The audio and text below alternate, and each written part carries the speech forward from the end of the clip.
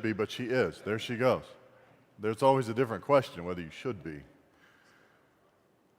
All right, we ready? All right, we're on even. Matilda gave me the countdown. She gave it super fast. But here we are, guys. Good morning. Welcome. We're going to be continuing in Judges this morning. And we stopped, I think, somewhere in the midway of chapter 9, right? So you remember that this is the story of Abimelech, who was I don't like the term illegitimate son, but that's the term that gets used of Gideon, of Jerubbaal, he's called in this chapter. And he decides that he's going to overcome his circumstances, and he decides that he's going to obtain the assistance of some worthless fellows. By the way, people wonder how harsh the language in the Bible. When you read something as euphemistic as worthless fellows, please understand the Bible is using a much more abrasive word than that. So, worthless fellows is nice, anyway. And so he goes and kills 70 of his half-brothers who were ruling essentially by committee over their region. And he makes a convincing argument that it is better to not be ruled over by a committee, which is, I think, reasonable, right? Or a bicameral Congress in some cases, right? That's all full of committees, right? We send things to committee to die. But he gives an illustration here. They make Abimelech king. They take some money out of the treasury of the temple of Baal Berit, the covenant Baal. Take his money and pay him off to do this. Killed 70 men on one stone. Or Abimelech does that, and then they make him king. He rules for 3 years after being denounced by the one son who escaped, Jotham. Right? Jotham says, if you've done it legitimately, then more power to you, but here's some curses on you otherwise. And so down in verse 22, we have this, that Abimelech ruled over Israel 3 years. And God sends... we talked about this, right? When you see God sends an evil spirit, this throws people into a massive event of pearl clutching and paranoia, that they don't understand the theology behind this. This isn't referring to moral evil necessarily. God is not sending a demon or somebody after that. He's sending a spirit that's going to do things that are unpleasant. He's going to essentially scourge this individual. Right? He does it to Saul. There's a few other situations in which we see this. An evil spirit between Abimelech and the men of Shechem, and the men of Shechem dealt treacherously with Abimelech. Right? That is generally, right, speaking what happens. What goes around comes around, we say. The Bible calls it the law of sowing and reaping. That which you sow, you shall also reap. And so they lay in wait for him. I'm going to just kind of review here. And they run into, again, the men of Shechem are dealing treacherously. So all of a sudden they say, who is this guy? He just came out of nowhere and we paid him to rule over us. This is Gaal, the son of Ebed, in verse 28 of chapter 9. Isn't he the son of Jerubbaal, and is Zebul not his lieutenant? Serve the men of Hamor, the father of Shechem. But why should we serve him? In other words, he doesn't have a pedigree for this. He is outside of any sort of family of note. So what are we doing? So let's remove him. So he warns Abimelech, increase your army and come out. Weren't they so polite? About how they did things. They did fight their wars like gentlemen. Hey, we're going to come kill you.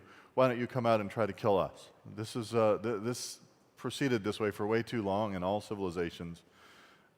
If you need to kill somebody, you need to do it. Don't tell them, right? That's just what's got to happen. But this is the way they did it. They were honorable and polite and gentlemanly about it.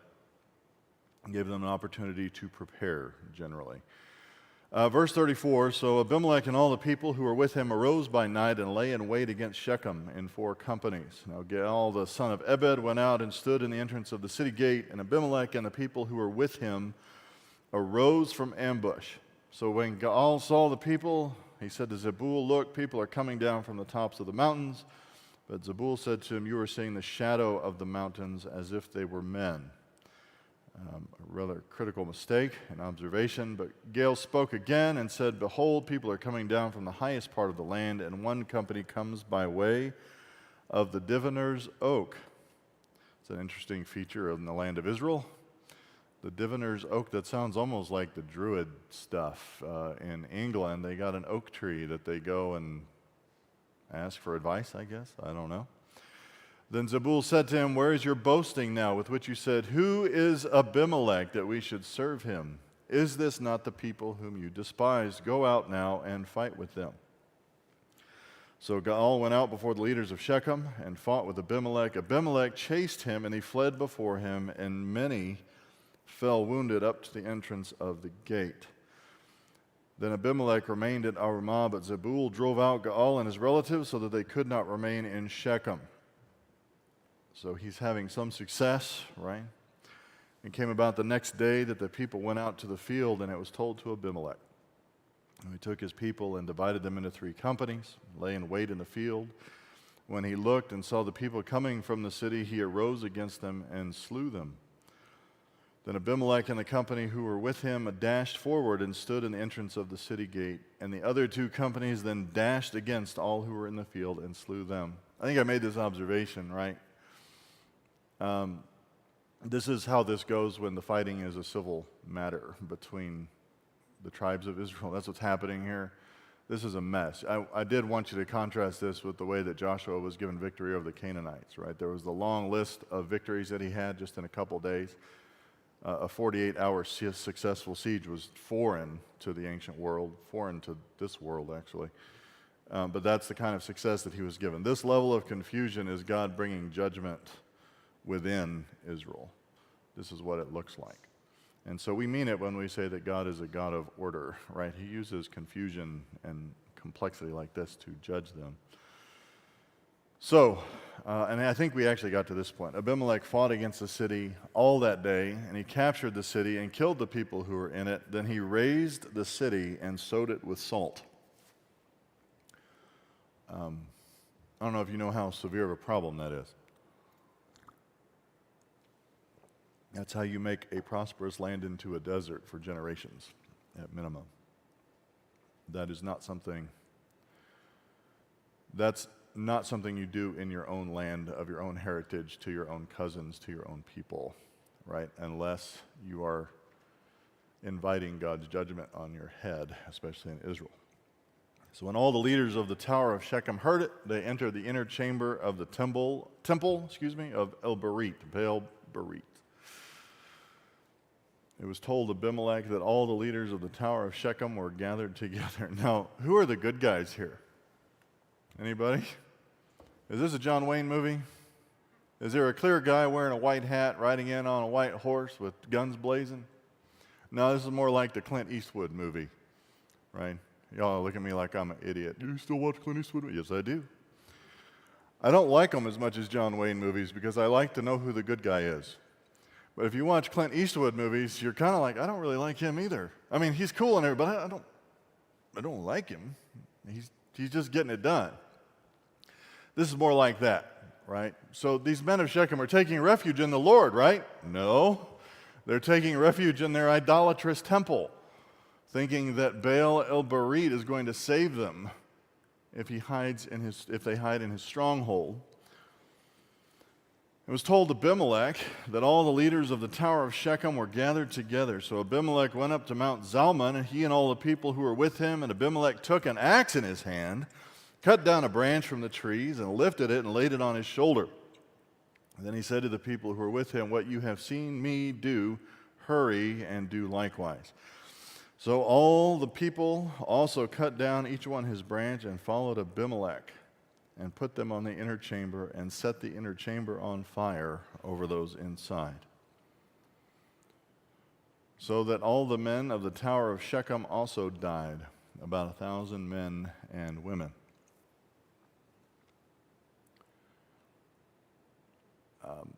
I would be remiss if I didn't mention that I think this is a very obvious statement by Yahweh.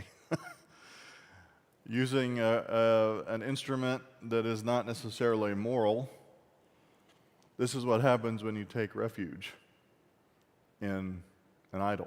This is what happens when you take refuge in the house of an idol that shouldn't exist in Israel.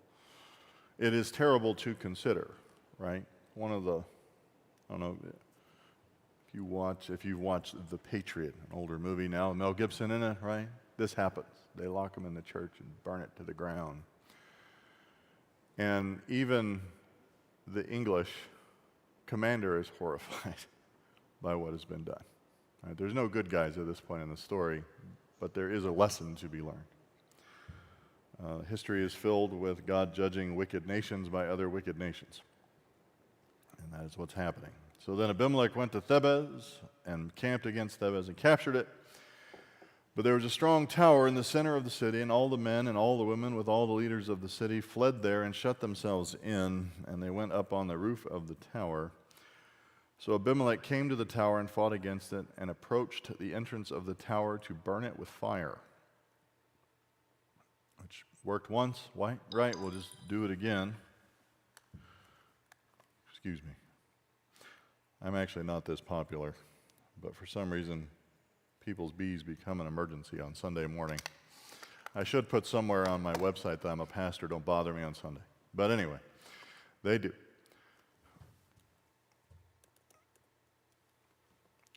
So it worked once. He's approaching it to burn it with fire. They're aware of this.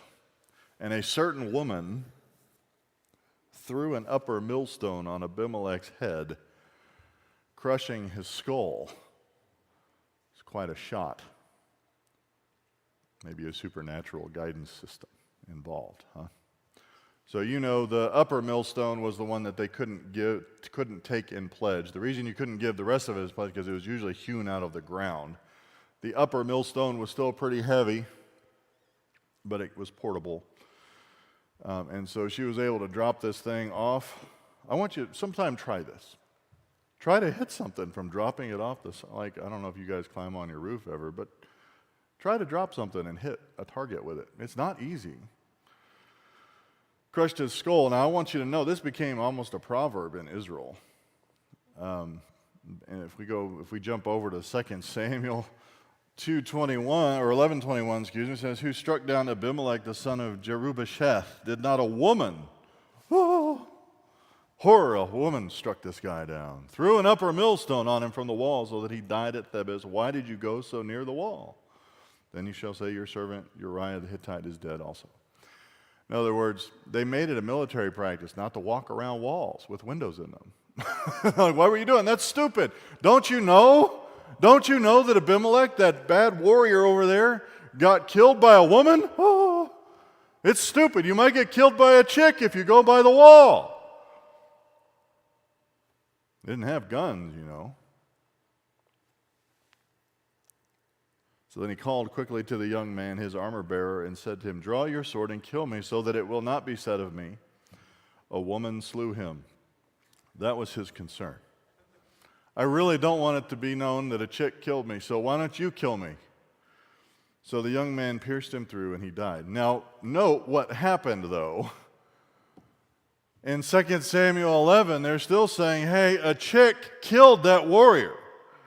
It doesn't matter what you did to preserve your own reputation. God defined what the reputation was going to be and put that in the record.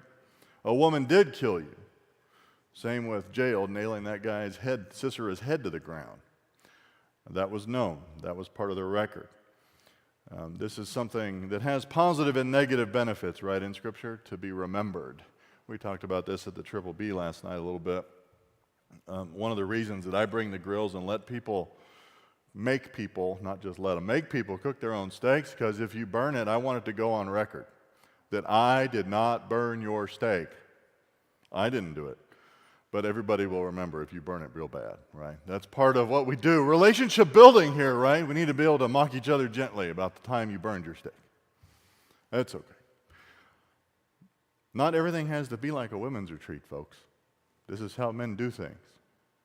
This is how we build relationships.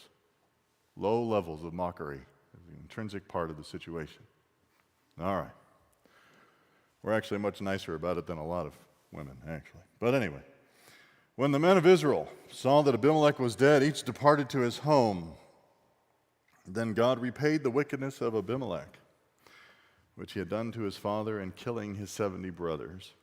And God returned all the wickedness of the men of Shechem on their heads, and the curse of Jotham, the son of Jerubbaal, came upon them. So we have confirmation that there's no good guys in this particular story. Even though Abimelech could have thought that he, after burning 1,000 people alive in one tower, thought that he was prevailing and having success, his wickedness was repaid for killing his 70 brothers, and all the wickedness of the men of Shechem on being treacherous to a treacherous man.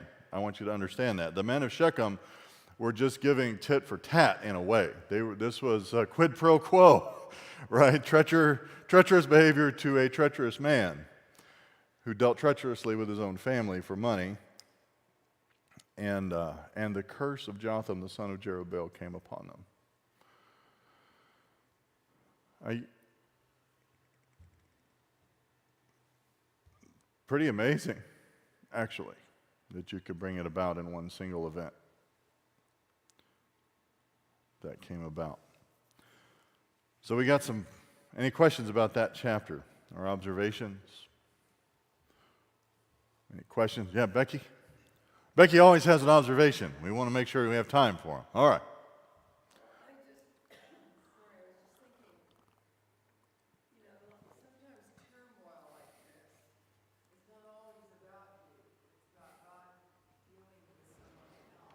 Yeah.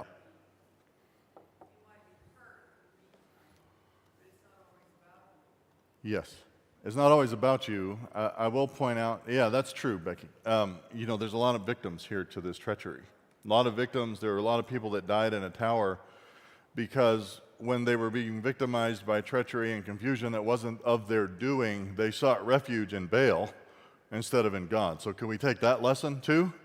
That no matter whose fault the turmoil is, you don't seek refuge in things other than God, other than Christ for us. We know who that is. But we don't go run to the same place as the world does.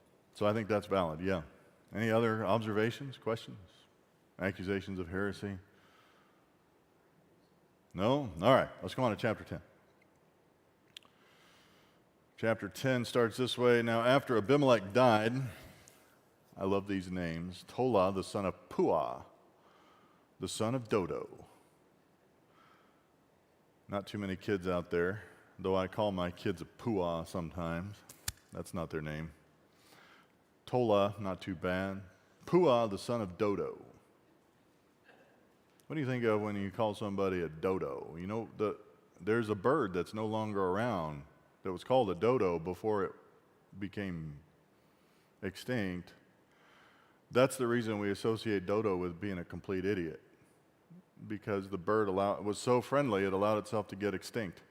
You could just walk up and clock it on the head and eat it, and they did by the millions. Anyway, but back then, this was a man of Issachar, whose descendant, through Puah, Tola, a man of Issachar, arose to save Israel, and he lived in Shamir in the hill country of Ephraim. He judged Israel 23 years, then he died and was buried in Shamir. So we don't know exactly what the oppression was in this case that he saved Israel from, but he ruled for a relatively shorter amount of time, 23 years. After him, Jair the Gileadite arose and judged Israel 22 years, and he had 30 sons who rode on 30 donkeys, and they had 30 cities in the land of Gilead that are called Harvath Jair to this day.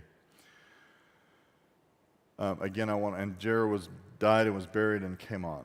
So I want to remind you again that this is contextual. You need to understand it. If I told somebody today that I had 30 sons, they would look at me and think I was a lunatic. Don't you know where those come from? They would say. What are you doing? Don't you know how expensive those are, right? Again, in this culture, this was wealth. You have 30 sons, you have wealth. That's God's blessing in your life. It certainly has responsibilities associated with it, requirements that are associated with it. Every single one of your sons in Israel had obligations to be raised in the nurture and the admonition of the Lord, to be taught the Torah, to be spoken to be related to be taught, to repeat the scripture to them over and over all during the day. But it was blessing and abundance. And it was evidence, in my opinion, that the Lord's grace was still upon the people in the land, even though this is a rough go of it here in Judges, isn't it? This was part of their promise. Abundance of progeny, abundance of provision in the land. So he dies. That's a total of, 45 years? So we're running about half what a normal judge to this point has judged the people. Verse 6, then the sons of Israel again did evil in the sight of Yahweh, served the Baals and the Ashtaroth, the gods of Aram, the gods of Sidon, the gods of Moab, the gods of the sons of Ammon, and the gods of the Philistines. Why not? Just add some to the catalog. Thus they forsook Yahweh and did not serve him. Because when do you have time to serve Yahweh if you got all these other gods you're serving, right? They did not serve him. So the anger of Yahweh burned against Israel. And he sold them into the hands of the Philistines and into the hands of the sons of Ammon. So I want you to understand, guys, people don't understand the Old Testament. And when they don't understand the Old Testament, then they screw up the New Testament quite badly. At two different extremes. The wrath of Yahweh against the people is evidence of his grace towards them and love towards them and absolute faithfulness to them. Okay? It is not evidence, as some people would say, that he is getting ready to kick them to the curb as his covenant people. And that's why a lot of people read the Old Testament. Well, look at how bad they were. Look at how awful they were. It's God made a unilateral covenant, but look how bad those people are. And then they do that in the New Testament. They say, well, yeah, you can trust in Jesus all you want, but if you live like the devil long enough, the unconditional covenant is no longer yours. Because they've understood that to be what the Old Testament teaches, that that's somehow not an assault on God's perfect faithfulness to his perfect, absolute, unilateral covenant, unconditional, unilateral covenant. God has made a universal, unilateral, unconditional covenant to his children. He made it to the nation of Israel. They were his people. And he's made it to us as the church. It's not the exact same covenant, but it is of the same character. So, other people get mad at me when I say that displeases God when you behave this way in the church. Right? I don't think anybody here is going to argue with me if I say there's behavior that you can engage in that displeases God and brings his discipline. But it happens quite a lot. You need to understand that it is the displeasure of God and the discipline of God that is evidence of his grace and love towards you. The same way, when I do not tolerate behavior from my children, particularly towards my wife, because this comes up when you have a lot of sons, very quickly they get a little too big for their britches towards their mother. And that has to be dealt with. I don't do that because I hate them. I do that because they need to be functional adults that know how to treat women and wives and their mother. It is absolutely evidence of my love towards them that I do not tolerate behavior without discipline. All right, so this is where we are in Judges. This is the cycle. God maintains his unilateral, unconditional covenant to Israel, and yet his anger burns against them, and in a temporary way, for the sake of discipline, he sells them into the hands of the Philistines and into the hands of the sons of Ammon. Why is that possible? Should those people exist? They shouldn't exist. So what's Israel going to do? Complain to God that he sold them into the hands of enemies they were supposed to genocide a while back? You have no right. So, anyway, they exist. They're sold into the hands of these people.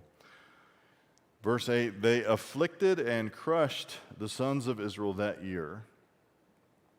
And for 18 years they afflicted all the sons of Israel who were beyond the Jordan and Gilead and the land of the Amorites. The fact that the writer here of Judges calls it the land of the Amorites tells you how badly they were crushed under this affliction. Sons of Ammon crossed the Jordan to fight also against Judah, Benjamin, the house of Ephraim, so that Israel was greatly distressed. Then the sons of Israel cried out. This is a new one in Judges, by the way. They don't cry out to Yahweh. They suffer and suffer and suffer. They cry out in general, and Yahweh goes, okay, I think they've had enough. Let me send a deliverer. As I read it, this is the first time this happens, where they actually make a theologically correct distinction and recognize this is what Yahweh is doing to us. He has given us into these hands, and he has oppressed us with these people. The sons of Israel cried out to Yahweh, saying, we have sinned against you, for indeed we have forsaken our God and served the Baals. They know exactly what they did. It's working. The children are growing up. Right? The children are growing up. They're realizing that the issue is an offense towards their father that is for their, who has given them prohibitions in their lives that is for their good and their benefit and for their freedom. So we've done that. We have offended you. We have sinned. We have forsaken our God and served the Baals. And Yahweh said to the sons of Israel, did I not deliver you from the Egyptians, the Amorites, the sons of Ammon, and the Philistines? Also, when the Sidonians, the Amalekites, the Maonites oppressed you, and you cried out to me, I delivered you from their hands. That's 7 people, by the way. The number 7 usually refers to a completeness. That's kind of a metonymy. I've delivered you on every hand, on every turn, at every juncture, from every enemy that I promised to deliver you from. And he lists these. Way back, I delivered you from the Egyptians, delivered you from the Amorites, the sons of Ammon, the Philistines, Sidonians, Amalekites, and Maonites oppressed you. You cried out to me, and I saved you. I delivered you from their hand. Yet you have forsaken me and served other gods. Therefore, I will no longer deliver you. I will no longer save you.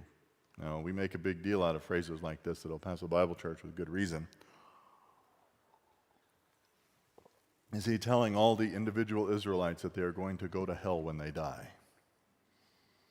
No, that's not what save usually means anyway. In this case, contextually, it means I'm not going to uncrush you. You're serving their gods, let them uncrush you. Let them give you your freedom back. Let them deliver you. Let them save you in your time of distress.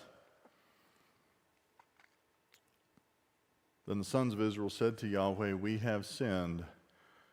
Do to us whatever seems good to you. By the way, that's exactly what Yahweh was doing.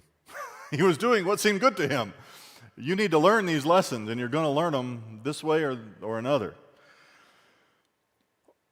Do whatever seems good to you, only please deliver us this day. And this is remarkable. So they put away the foreign gods from among them and served Yahweh. And he could bear the misery of Israel no longer. So understand, it was not a snap of the fingers They were crushed and oppressed and disciplined, and it was under discipline that they made the transformation. It was not because God said, okay, let's pinky swear. If you pinky swear to serve me forever and ever, then I'll deliver you. In this case, they changed first, and he saved them from those temporal consequences. So that's a valid category for the word saved or deliver. Most of these theological terms don't change their meaning or their aspect or their breadth from testament to testament. We change the language a little bit. He delivered them because he could bear the misery of Israel no longer. Then the sons of Ammon were summoned, and they camped in Gilead. I like that. Who summoned Ammon? Did Israel send a messenger to them? I think God did it. God summoned them, said, all right, people, let's go. Let's camp in Gilead. The sons of Israel gathered together and camped in Mizpah, and the leaders of Gilead said to one another, who is the man who will begin to fight against the sons of Ammon? Heck of a time to decide that, guys, right? We've got the armies lined up already. The sons of Ammon are right here, and we actually don't know who's going to lead us. He shall become head over all the inhabitants of Gilead. The people said this. So Ammon is brought there by the Lord. Israel comes out because that's what they do. They kill each other like gentlemen. They come and line up, but they have no leader. Now Jephthah, verse 1 of chapter 11, the Gileadite. Jephthah the Gileadite was a valiant warrior, but he was the son of a harlot.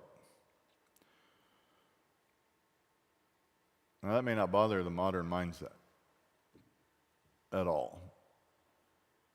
I don't know. I mean, it doesn't seem to be an issue. It was an issue back then.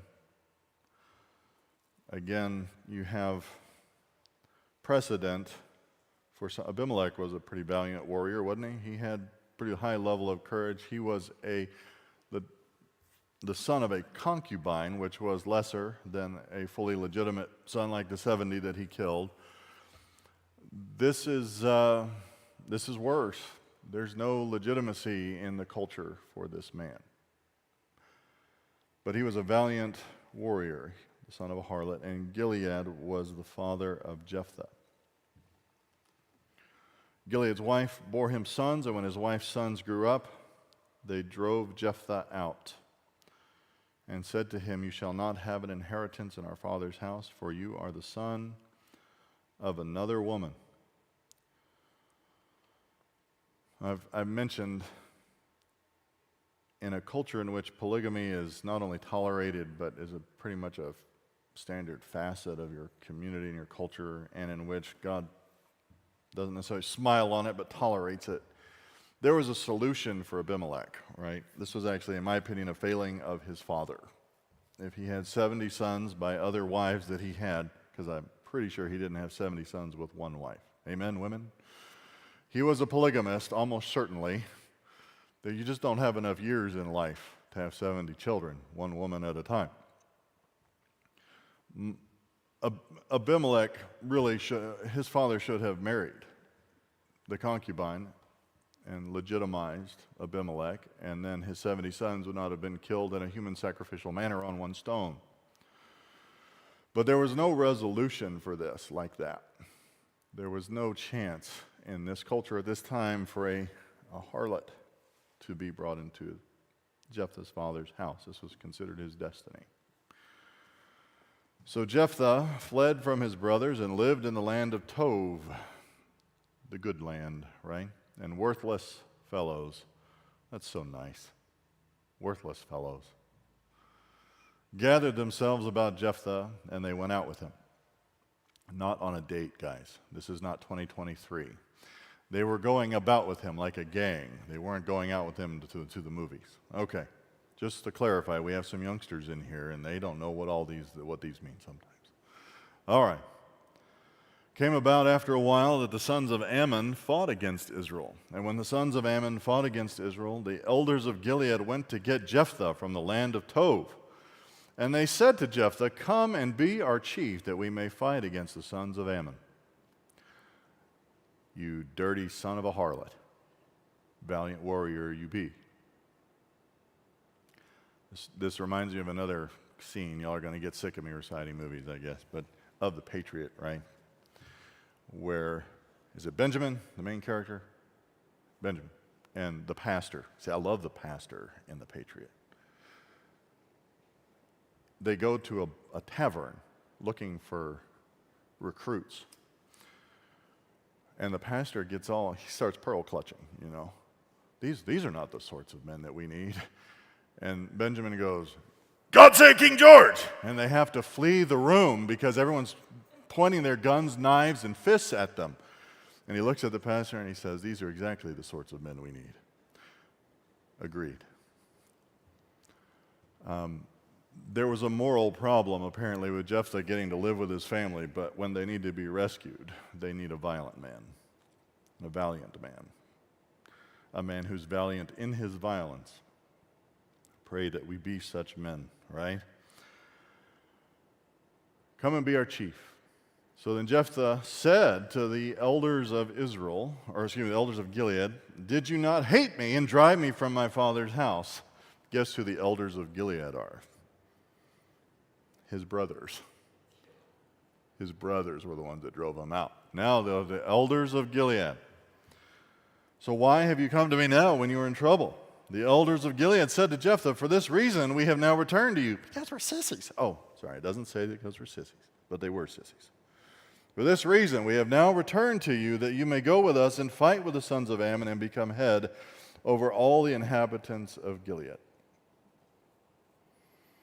So Jephthah said to the elders of Gilead, "If you take me back to fight against the sons of Ammon, and Yahweh gives them up to me, will I become your chief or your head?" That word, by the way, is the same word that's used for the firstborn. So they're not saying this is just a political thing. I think that the firstborn of Gilead is actually giving up his second portion of his blessing within the family. He's restoring not only a political future, but a familial headship. Reshit, right? So I will become your head. So the elders of Gilead said to Jephthah, "Yahweh is witness between us. Surely we will do as you have said." So the son of a harlot, valiant in his violence, now has a deal, and it didn't even take money out of an idol's temple this time. About 5 minutes, we're not going to finish. But the elders of Gilead said to them, "The Lord is my witness between us, surely we will do as you have said." So then Jephthah went with the elders of Gilead, and the people made him head and chief over them. And Jephthah spoke all his words before Yahweh at Mizpah. Remarkable, huh, for the son of a harlot. He gets to stand before Yahweh and speak to him on behalf of the people. There's some theological lessons here, right? God does this. He did this with Israel, as a matter of fact. He took somebody of no note and some measure of disdain, somebody that had to be taken out of Canaan and into the land of Egypt as just a family in order to elevate the nation, right? It's a theological lesson that we don't want to miss here. He does not care what the community's assumptions about you and presumptions about you are. He's going to use him. So then Jephthah sent messengers to the king of the sons of Ammon. "What is between you and me that you have come to fight against me and against my land? Come to me to fight against my land." So the king of the sons of Ammon said to the messengers of Jephthah, "Because Israel took away my land when they came up from Egypt, from the Arnon as far as the Jabbok and the Jordan, therefore return them peaceably now." Understandable, right? We have a presumption in our civilization that there are certain indigenous inhabitants of places that have a right to live there, right?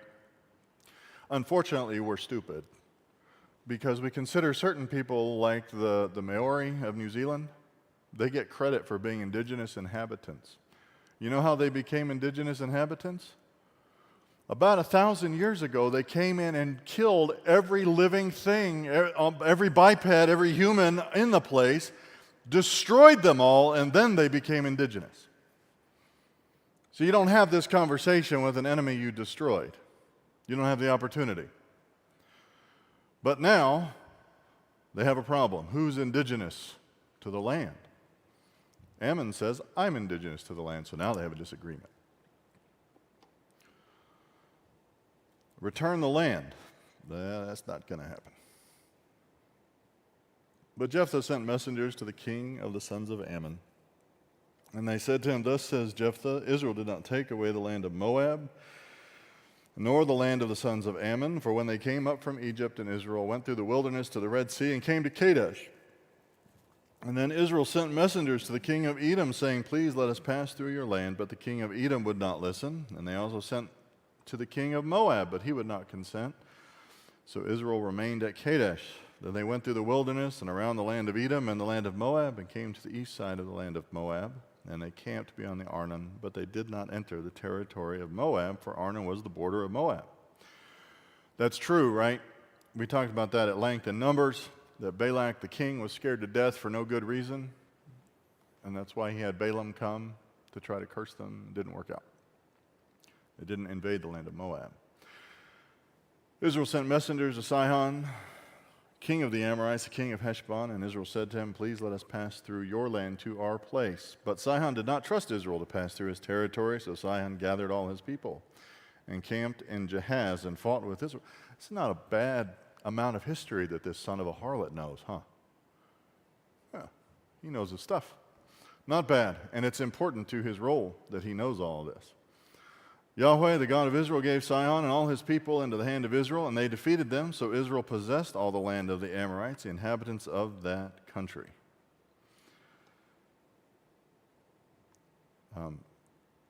Y'all tried to kill us, and we killed you back, and it's fair game now. We took it. Israel possessed it. So they possessed all the territory of the Amorites from the Arnon as far as the Jabbok and from the wilderness as far as the Jordan. And since now Yahweh, the God of Israel, drove out the Amorites from before his people, are you then to possess it? Do you not possess what Chemosh, your God, gives you to possess? Neener, neener, neener, as Chemosh didn't give you anything. So whatever Yahweh our God has driven out before us, we will possess it. Now are you any better than Balak, the son of Zippor, the king of Moab? Did he ever strive with Israel, or did he ever fight against them? While Israel lived in Heshbon and its villages, and Aroer and its villages, and in all the cities that are on the banks of the Arnon, 300 years. Why did you not recover them within that time? 3 centuries ago.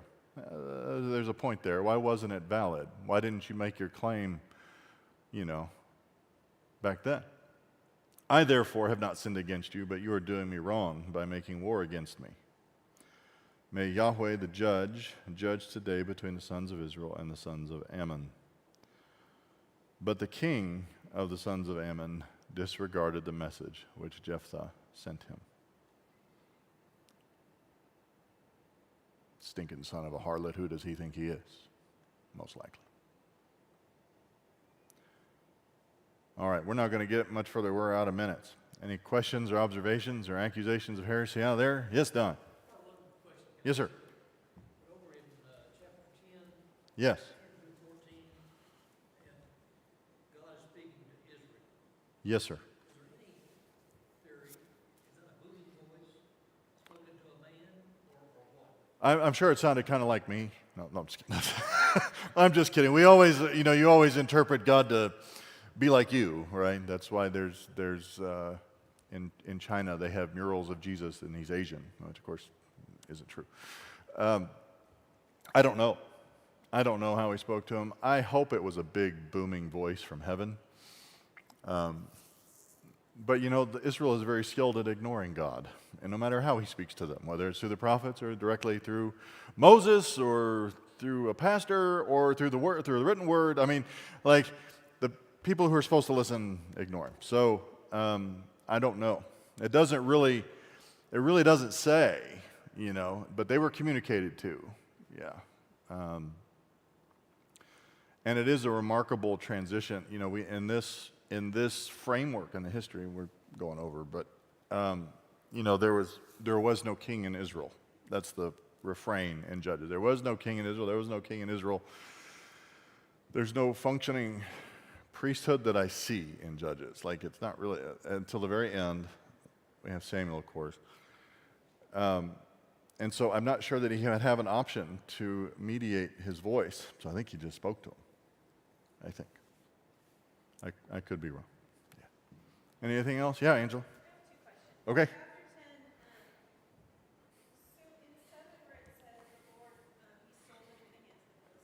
Yes.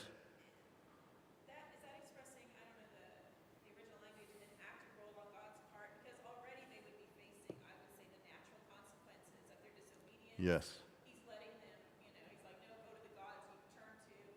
Yes. But is there more with that statement too? In other words, did God actively do something beyond just sitting back and letting them have the natural consequences? Yes. Yeah. So, although I will say this, I think in general in Scripture we have the basic precedent that discipline is designed so that the one disciplined does not experience the fullness of the natural consequences. So that's why I object to people who think that God doesn't discipline, so he just lets them feel the natural consequences of their sin. Scripture tells us that the wages of sin is death, and God is trying to keep you from dying. So he disciplines his children in order that they don't die. That's why I discipline my children, right? So they don't die. I teach them how to speak to a man so the man doesn't punch them in the face and they fall on the curb and die, like a friend of mine did in New Braunfels, trying to pull his life together, and he spoke to a man sharply once, got punched. He didn't die from the punch. He hit his head on a curb and passed away. That's the natural consequences of disrespecting somebody in that context, apparently. If you discipline your voice and your father has disciplined you, then you avoid those things, right? So I think actually what we have is God's anger burned against them, but what they experienced was actually better than what they would have experienced if they had continued the way they were going. That makes sense? So, in other words, he's selling them into the Philistines so that they can bring this to a political head so that he can ultimately deliver them from that oppression. That was part of the promise. Does that make sense? Sort of, kind of? Sort of, kind of? It's some sort of active thing there, and just allowed it. What you're saying is they may not have reached that point of returning. Right.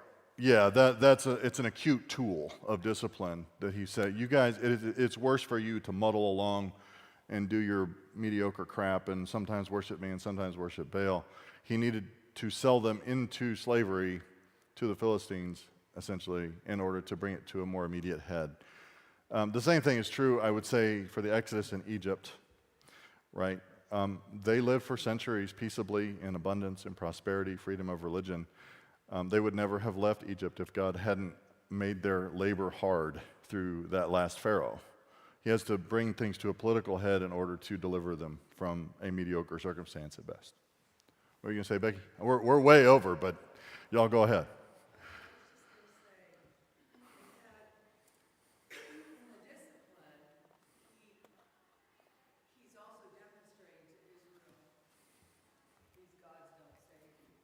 Right. Oh, yeah. You need me.